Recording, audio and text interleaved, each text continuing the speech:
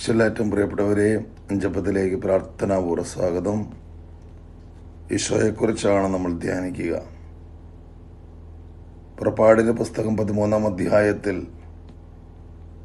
പെസഹ കുഞ്ഞാടിനെ കുറിച്ച് വിവരിക്കുകയാണ്. ഈജിപ്തുകാരുടെ ആദിജാതന്മാർ വധിക്കപ്പെടുമ്പോൾ ശിക്ഷയിൽ നിന്ന് ഒഴിവാക്കപ്പെടുന്ന ഇസ്രായേൽ ജനത്തിൻ്റെ ചിത്രം നമ്മൾ കാണുന്നുണ്ട്. പുറപ്പാടിൻ്റെ പുസ്തകം 12-ാം അധ്യായം 13-ാം തിരുവചനത്തിൽ, കട്ടിലയിലുള്ള രക്തം നിങ്ങൾ ആ വീട്ടിൽ താമസിക്കുന്നുവെന്നതിൻ്റെ അടയാളമായിരിക്കും. അത് കാണുമ്പോൾ ഞാൻ നിങ്ങളെ കടന്നു പോകും.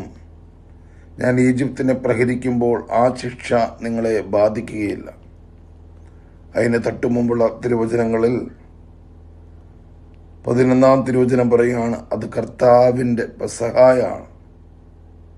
കർത്താവിൻ്റെ പെസഹ.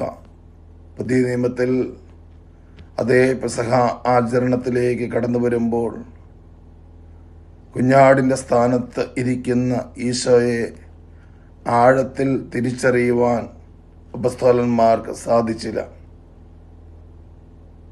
മരണത്തിൻ്റെ, പാപത്തിൻ്റെ ശിക്ഷകളിൽ നിന്ന് നമ്മളെ രക്ഷിക്കുവാൻ പെസഹ കുഞ്ഞാടായി മാറിയ ഈശോയുടെ നിഴൽ ചിത്രമാണ് പുറപ്പാടിൻ്റെ പുസ്തകം 12-ാം അധ്യായത്തിൽ നമ്മൾ കാണുക. പുറപ്പാടിൻ്റെ പുസ്തകം 16-ാം അധ്യായത്തിൽ അവിടെ മന്നയെക്കുറിച്ച്, ഇസ്രായേൽ ജനത്തെ തീറ്റിപ്പോറ്റുന്ന ദൈവത്തിൻ്റെ കാരുണ്യത്തെക്കുറിച്ച് നമ്മൾ കാണുന്നുണ്ട്.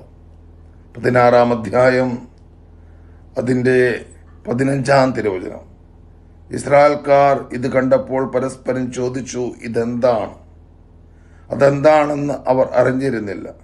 അപ്പോൾ മോശ അവരോട് പറഞ്ഞു, കർത്താവ് നിങ്ങൾക്ക് ഭക്ഷണമായി തന്നിരിക്കുന്ന അപ്പമാണിത്. കർത്താവ് ഭക്ഷണമായി മന്ന നൽകി ഇസ്രായേൽ ജനത്തെ അനുഗ്രഹിക്കുന്ന മനോഹരമായ ചിത്രം. പ്രിയപ്പെട്ടവരെ, പുതിയ നിയമത്തിൽ യോഹന്നാന്റെ സുവിശേഷം 6-ാം അധ്യായത്തിൽ ഈ ജീവന്റെ അപ്പത്തെക്കുറിച്ചുള്ള ധാരാളം മനോഹരങ്ങളായ വാക്യങ്ങളുണ്ട്. യോഹന്നാന്റെ സുവിശേഷം 6-ാം അധ്യായം 50-ാം തിരുവചനം നമ്മളെ പഠിപ്പിക്കുന്നത് ഇപ്രകാരമാണ്, മനുഷ്യൻ ഭക്ഷിക്കുന്നതിന് വേണ്ടി സ്വർഗത്തിൽ നിന്നിറങ്ങിയ അപ്പം ഇതാണ്. ഇത് ഭക്ഷിക്കുന്നവൻ മരിക്കുകയില്ല.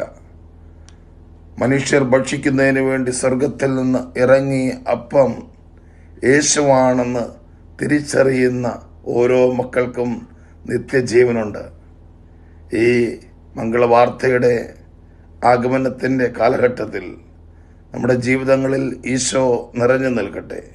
പെസഹ കുഞ്ഞാടായ ഈശോ, ജീവന്റെ അപ്പമായ ഈശോ, ആ ഈശോയെ സ്വീകരിക്കുവാൻ, ആ ഈശോയുടെ തിരുശരീര രക്തങ്ങളുടെ അനന്തയോഗ്യതയിൽ അനുഗ്രഹിക്കപ്പെട്ട ജീവിതം നമുക്ക് സാധ്യമാണ്. അവൻ നമ്മുടെ അപ്പമാണ്. അവൻ നമ്മുടെ സംരക്ഷണമാണ്. ഈശോ നമ്മുടെ എല്ലാമാണ്.